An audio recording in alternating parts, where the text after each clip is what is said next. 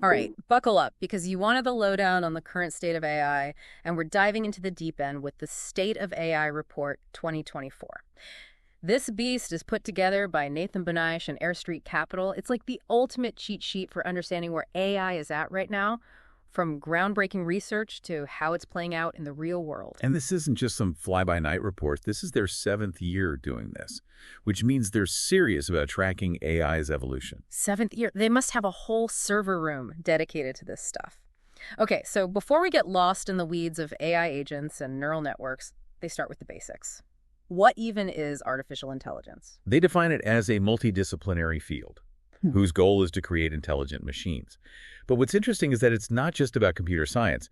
They emphasize how AI draws on psychology, neuroscience, linguistics, the whole shebang. It's like AI is trying to reverse engineer the human brain, but instead of scalpels and microscopes, it's algorithms and data. And speaking of brains, they also talk about AGI, artificial general intelligence, which is like the holy grail of AI, right? Machines that are as smart as humans, but in like every way imaginable. Exactly. Think of it as the ultimate test. Can we create machines that don't just solve specific problems, but actually think for themselves, learn, adapt, and maybe even outsmart us? Okay, time for a quick gut check. When you hear AGI, are you excited, terrified, or a little of both? Honestly, it's hard not to feel a mix of both.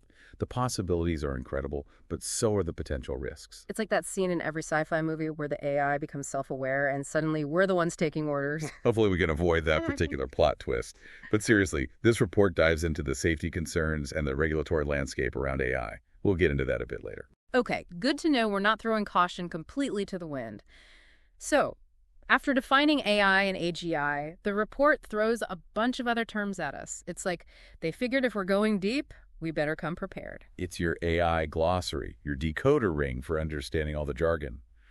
But they actually do a good job of explaining things clearly, even for those who aren't knee-deep in AI research. And they have these cool icons to help categorize different AI models. It's like those infographics that explain what kind of dog breed you are based on your personality, but instead of fur and floppy ears, it's algorithms and data sets. Exactly. It's a great way to visualize the different flavors of AI because there's a whole spectrum of models, each designed for a specific task or type of data. Okay, so now that we've got our AI dictionaries out, the report jumps into the executive summary. Think of it like the SparkNotes version of the current state of AI. And the first big takeaway is this idea of convergence in research. Different labs are starting to produce AI models with very similar capabilities. It's like everyone's trying to bake the same cake, but with slightly different ingredients and oven temperatures. But there's always that one friend who nails the recipe every time, right? In this case, it's OpenAI. They're still holding on to their lead, especially after launching GPT-4 with its mind-blowing chain-of-thought reasoning. It's like GPT-4 can connect the dots in a way that previous models couldn't. It can actually reason through problems step by step, which makes it incredibly powerful for complex tasks. But hold on, because the competition is heating up, we've got models like Claude 3.5 Sonnet, Gemini 1.5, and Grok 2 nipping at OpenAI's heels. It's like watching a high-stakes race with everyone vying for the AI crown. And what's fascinating is that this race is happening on a global scale. The report highlights the rise of Chinese AI research, even with the U.S. sanctions they're facing. It's a good reminder that AI isn't just a Silicon Valley thing. It's a global movement with researchers and companies around the world contributing to its development. Absolutely. And speaking of global players, we can't forget about NVIDIA. They're still the undisputed kings of the AI hardware world, raking in billions and powering most of the AI research happening today. It's like the gold rush, but instead of picks and shovels, everyone needs NVIDIA GPUs to strike it rich in AI. It's a good analogy. And while NVIDIA is still on top, the report does mention that established Gen AI companies are bringing in serious cash, and startups are finding their niche in specific areas like video and audio generation. So there's hope for the little guys yet. It's not just a game for the tech giants. But with all this talk of AI dominance and billion-dollar companies, what about the ethical side of things? You know, like making sure AI doesn't turn into a Black Mirror episode. That's the million-dollar question, isn't it? The report acknowledges the growing concerns about AI safety and the need for regulation. It seems like there's a bit of a vibe shift happening. Vibe shift. Is this like when you walk into a party and suddenly realize you're wearing the wrong outfit? Not exactly. But it's a good metaphor for how the conversation around AI is changing. There's less emphasis on preventing AI from becoming dangerous and more focus on building safeguards and regulations to ensure its safe and ethical development. So less stuff the robots and more, let's put some rules in place. Exactly. It's like realizing that AI is here to stay, so we better figure out how to live with it responsibly. Makes sense. But have we actually figured out how to keep AI in check? Or are we all just crossing our fingers and hoping for the best? Well, the report doesn't sugarcoat things. They point out that every proposed jailbreak fix for AI models has failed so far. Jailbreak fix. Are we talking about AI hackers now? Think of it like trying to outsmart a super intelligent computer program. Researchers have been trying to find ways to prevent AI from being used for malicious purposes, but so far, nothing has worked perfectly. Okay, that's a little unsettling. So while AI is getting smarter and more capable by the day, we're still figuring out how to ensure it doesn't go rogue on us. It's like giving a toddler a chainsaw. It might be able to cut down a tree, but it's probably not a good idea without some serious supervision. Exactly. And that's a perfect segue into the next section of the report where they review their predictions from last year. Oh, I love a good prediction review. It's like holding a crystal ball accountable. And to their credit, they got some things right. Remember that song, Heart on My Sleeve, that everyone thought was Drake and The Weeknd? But it turned out to be AI generated. Wait, seriously, I totally fell for that one. Well, they predicted that an AI generated song would hit the charts, and sure enough, it did. Okay, so they're not just good at explaining AI, they can actually see into the future a little bit. What else did they get right? Well, remember Sam Altman, the CEO of OpenAI? The guy who looks like he hasn't slept since he invented ChatGPT. That's the one. Well, they predicted he would raise funds for an inference-focused chip company, and guess what? He's reportedly doing exactly that. So even the guy at the forefront of AI is hedging his bets when it comes to hardware. Maybe those NVIDIA chips aren't a sure thing after all. It's definitely an interesting development, and it highlights the intense competition and uncertainty in the AI hardware landscape. All right, so we've got AI definitions, a global AI race, rogue AI concerns, and some surprisingly accurate predictions. What else is in this treasure trove of a report? Well, now that they've set the stage, they dive deeper into the research landscape, focusing on the specific models and breakthroughs that are pushing the boundaries of what AI can do. Okay, let's unpack this. We've talked about OpenAI and their dominance. Are they still the top dog, or are the other players catching up? They're still leading the pack, but it's getting tight. They mention OpenAI's Strawberry update, which is like GPT-4 with a supercharged brain. It uses a ton of processing power, which makes it expensive, but it's incredibly good at solving complex problems. It's a prime example of how AI labs are constantly pushing the boundaries, even if it comes at a higher cost. Think of it like trying to build the fastest car. You can get by with a cheaper engine, but if you want to break records, you've got to invest in something really powerful. And speaking of breaking records, we've got Meta's Llama 3. This model is open source, which means it's not just OpenAI playing the game anymore. What's so cool about Llama 3 is that it's actually holding its own against GPT-4 and Claude 3.5 Sonnet, even in human evaluations. It's showing that open source AI can be just as powerful as those closed systems. It's like the underdog team winning the championship. But they do bring up a good point. Open source doesn't always mean completely open. They have this table that shows how open different AI models really are based on how much of their code, data, and training details are publicly available. It's a crucial point. The term open source can be a bit misleading. Sometimes a model might only release its code, but not the data it was trained on.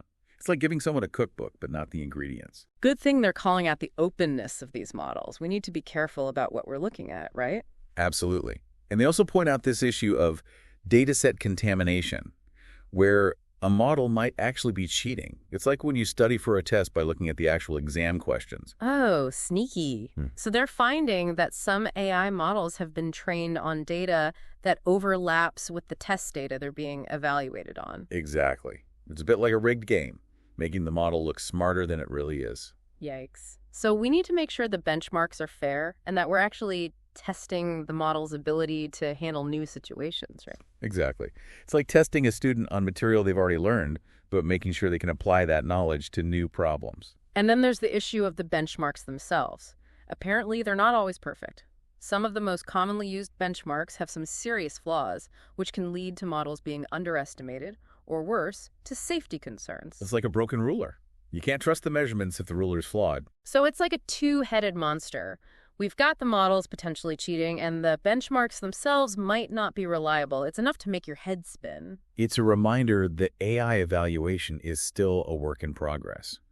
We need to be constantly improving our benchmarks and our methods for testing AI models. Okay, but here's where things get really interesting. They talk about how vibes are starting to become a part of AI evaluation. Vibes, you mean like how an AI feels to you? Exactly. There's this leaderboard called the LMSYS Chatbot Arena Leaderboard, and it's based on community feedback, not just cold, hard numbers. So you're saying that people are actually taking into account how well an AI model interacts with them, how engaging or humorous it is, and how much they trust it. It's kind of like rating a restaurant based on your overall experience, not just the food. It's about the whole vibe. It's a fascinating development. Yeah. It suggests that we're moving beyond just measuring AI's performance and towards a more holistic understanding of its impact on humans. So it's not just about how smart an AI is, but also how it makes you feel. I guess that's kind of important, isn't it? It certainly is. It raises some interesting questions about the future of human-AI interaction and how we'll ultimately judge the success of AI. Okay, so we've got OpenAI still at the top, but the competition is fierce. We've got open source models challenging the status quo, concerns about fairness and safety, and even the emergence of vibes in AI evaluation. It's definitely a wild ride. Indeed. But beyond the hype of the big players, there's a ton of intriguing developments happening in the world of AI research, some of which are just starting to make headlines. All right, let's dig into the under-the-radar stuff. What kind of cool stuff are these researchers cooking up? One of the things that's really fascinating is the resurgence of neurosymbolic systems. Think of it as combining the strengths of two different AI approaches. So we're not just talking about brain-like AI or logic-based AI, but a combination of the two. Exactly. You've got the flexibility and learning abilities of neural networks, but you're also leveraging the power of symbolic reasoning, which is like having a logical foundation for those AI brains. It's like adding a whole new set of tools to the AI toolbox. What kind of problems can these systems tackle? Well, one of the examples they give is alpha geometry. It's a hybrid system that can solve Olympiad-level geometry problems. Olympiad level. That's like serious math stuff. Absolutely. And it's not just about math. These neurosymbolic systems have the potential to make AI more capable in a wide range of fields. Okay, that's mind-blowing. But what if we could make AI smarter without actually having to make it bigger? That's where model shrinking comes in. Researchers are finding ways to significantly reduce the size of AI models without sacrificing too much performance. So you're saying we can get the same brain power with a smaller package. It's like finding a way to make a supercomputer fit in your pocket. Exactly. And this has huge implications for on-device AI. Imagine running powerful AI models right on your smartphone. I could finally have my own personal AI assistant that can understand my questions and actually give me helpful answers. It's a game changer. And they even talk about this concept called distillation, where smaller models are trained on data generated by larger models. It's like a mentorship program for AI. So a smaller model can learn from a bigger model, kind of like a student taking notes from a teacher. Precisely. It's a clever way to create smaller, more efficient AI models that can still perform complex tasks. And speaking of efficiency, they mentioned this technique called quantization. It's like a weight loss program for AI models. It's about reducing the precision of model parameters to make them smaller and more efficient. So you're saying we can slim down those AI models without making them dumber. It's like losing a few pounds but still having all the same muscle mass. Exactly. And this is another key enabler for on-device AI. Okay, this is getting even more exciting. We're talking about AI that's not just powerful, but also compact and efficient. It's like having a supercomputer in our pockets.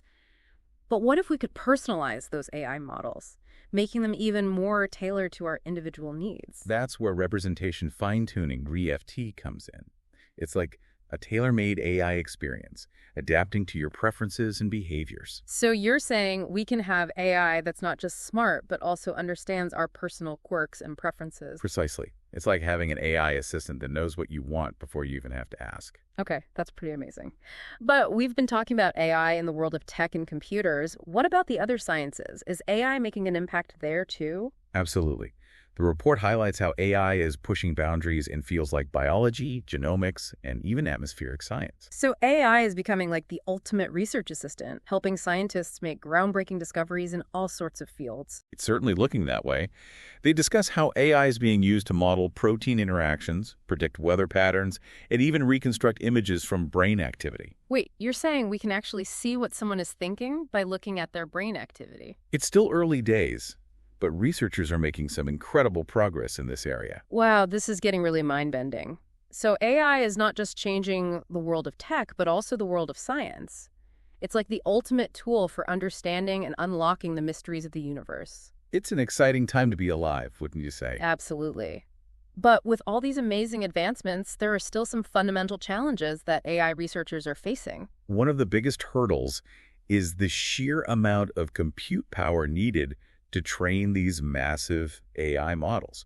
It's like trying to power a city with a single power outlet. You're talking about the limits of the power grid, right? We need to find ways to train these models without overloading the system. Exactly. Researchers are exploring new approaches, like distributed training methods, where they spread the workload across multiple devices. So it's like having a team of computers working together to solve a problem, kind of like those old school supercomputers that were literally rooms full of processors. You got it. And it's not just about spreading the workload. Researchers are also looking for ways to make those models more efficient. Like making those AI brains work smarter, not harder. Precisely. They're looking for ways to reduce the amount of data needed to train a model or to use less processing power. It's like finding ways to get more miles per gallon for those AI engines. Exactly. And that's where things like better data curation and more efficient algorithms come into play. So it's not just about brute force anymore. We're getting smarter about how we train and use these AI models. It's like a shift from a muscle car to a hybrid, more efficient, more powerful, and with a lot less environmental impact. That's a great way to put it. And it's not just about making AI more efficient, it's also about making it more accessible. You're talking about opening up the AI world to a wider range of researchers and developers, right? Exactly. And that's where open source AI is playing a major role. They talk about how Chinese AI research is making waves, even with the U.S. sanctions. Wait, so even with those limitations, Chinese AI is still thriving. That's surprising. It's a testament to their ingenuity and resourcefulness. They're still finding ways to develop powerful AI models, particularly in areas like coding. So it's a global AI race, and China is definitely in the running. And they're not just holding back, they're contributing to the open source community with models like DeepSeek and Alibaba's Qwen 2. It's a reminder that AI development is a collaborative effort. We need to learn from each other, share our knowledge, and work together to push the boundaries of what's possible. Now, you can't talk about AI without mentioning the quest for artificial general intelligence, or AGI. This report dives into some of the challenges and breakthroughs in that arena, too. AGI is like the Mount Everest of AI research. It's the ultimate goal, creating AI that can truly think for itself, learn and adapt like a human, and maybe even surpass our own intelligence. And like climbing Everest, it's a daunting task. One of the things they highlight is this competition called the ARC Challenge. It's designed to test how well AI models can handle abstract reasoning and problem solving, the kind of stuff that humans are naturally good at, but AI still struggles with. Think of it like this. You can show a child a few pictures of a cat, and they'll quickly learn to identify a cat in any picture, even if they've never seen that particular cat before. But AI models often struggle with that kind of generalization. They might be able to recognize a cat in a million pictures, but show them a cat drawn in a slightly different style or from a weird angle, and they might completely misinterpret it. The ARC Challenge is designed to test those limits, to see if AI can truly understand and apply concepts in new and unexpected ways. And how are they doing? Are we anywhere close to AI that can outsmart us at those abstract reasoning puzzles? Not quite. Historically, AI models have performed pretty poorly on the ARC Challenge. The highest score anyone has achieved is 46, but the target is 85, so we still have a long way to go. So there's still hope for us humans. But what's interesting is that the leading team on the ARC Challenge actually used a large language model, or LLM, as part of their approach. But they didn't just rely on the LLM alone. They combined the LLM with something called active inference, which is like giving the AI the ability to ask questions and gather more information, kind of like how a human would approach a problem. So it's not just about processing information that's already there, but also about actively seeking out new information to fill in the gaps. That's pretty clever. It suggests that LLMs, while not the be-all and end-all of AI, can be valuable building blocks for more sophisticated systems that incorporate other techniques and approaches. It's like those massive Lego creations you see. LLMs might be the individual bricks, but you need other elements like gears, motors, and sensors to build something truly amazing. Exactly. And speaking of building blocks, another area where AI is making strides is in reinforcement learning, or RL. This is where things start to feel like they're straight out of a sci-fi movie. Because it's all about training AI agents to learn through trial and error, just like how humans learn from experience, right? Exactly. Imagine an AI agent learning to play a video game. It starts out knowing nothing about the rules or the controls, but through repeated attempts and feedback on its performance, it gradually learns to navigate the game world, avoid obstacles, and achieve its goals. It's like the AI equivalent of those fail videos you see online, but instead of laughing at the mishaps, the AI is actually learning from them and getting better with each attempt. Precisely. And this approach has shown incredible promise in a wide range of applications, from robotics and self-driving cars to resource optimization and even scientific discovery. But training these RL agents effectively can be really challenging. It's like teaching a dog new tricks. You need a lot of patience, repetition, and the right kind of rewards to get the desired behavior. And one of the biggest bottlenecks has always been getting enough training data. Because in the real world, you can't just run a million simulations or let an AI agent loose to wreak havoc until it learns its lesson. Exactly. That's why researchers are exploring new ways to generate synthetic training data, and LLMs are playing a key role in these efforts. Wait, so you're telling me that we can use LLMs, these language models that are already good at generating text, to create training data for AI agents that need to learn how to interact with the physical world? It might sound counterintuitive, but yes. Okay, my mind is officially blown. Can you give me an example of how this works in practice? Absolutely. One of the examples they highlight in the report is Genie, a world model that was trained on thousands of hours of video game footage. So instead of feeding it text, they showed it videos of people playing video games. Exactly. And by analyzing those videos, Genie learned to understand the rules of the game world, how objects interact, and how player actions affect the environment. It's like Genie watched those video game playthroughs and figured out the physics engine that makes the whole thing work. Precisely. And once it had that understanding, Genie could then generate its own video game-like scenarios, complete with interactive elements and challenges for AI agents to learn from. So it's like having an AI game designer that can create endless levels and challenges for other AI agents to train on. Exactly. And the cool thing is that this approach isn't limited to just video games. They found that Genie could also be used to generate training data for robotics without having to retrain it from scratch. That's amazing. So it's like having a virtual sandbox where you can train AI agents for all sorts of real-world tasks without any of the risks or limitations of the physical world. Exactly, and that's just one example. They also talk about this other system called ONI Epic, which uses LLMs to create a theoretically endless stream of RL tasks and environments. Endless, you say. So it's like having an AI gym trainer that keeps throwing new and challenging exercises at you so you never plateau. Exactly. It's a way to keep pushing the boundaries of what AI can do, to keep those AI agents on their toes and constantly learning. This is all incredibly fascinating, but I have to ask, with all these advancements in AI and the potential to automate so much of what we do, are we getting close to a point where AI can actually replace scientists? That's a question that researchers at Sakana AI are exploring with their AI scientist framework. So they're building an AI that can do science. In a way, yes. It's designed to automate the process of scientific research, from generating research ideas to conducting experiments and even writing up the results. Okay, now that's both exciting and a little terrifying. What would an AI scientist even work on? Well, in this case, they focused on getting the AI scientist to generate research papers on topics like diffusion models and language modeling. And surprisingly, the papers seemed pretty convincing at first glance. So it's like having an AI research assistant that can churn out scientific papers. That would make my life a lot easier. I hear you, but there's a catch. While the papers seemed impressive on the surface, a closer look revealed some flaws and inconsistencies.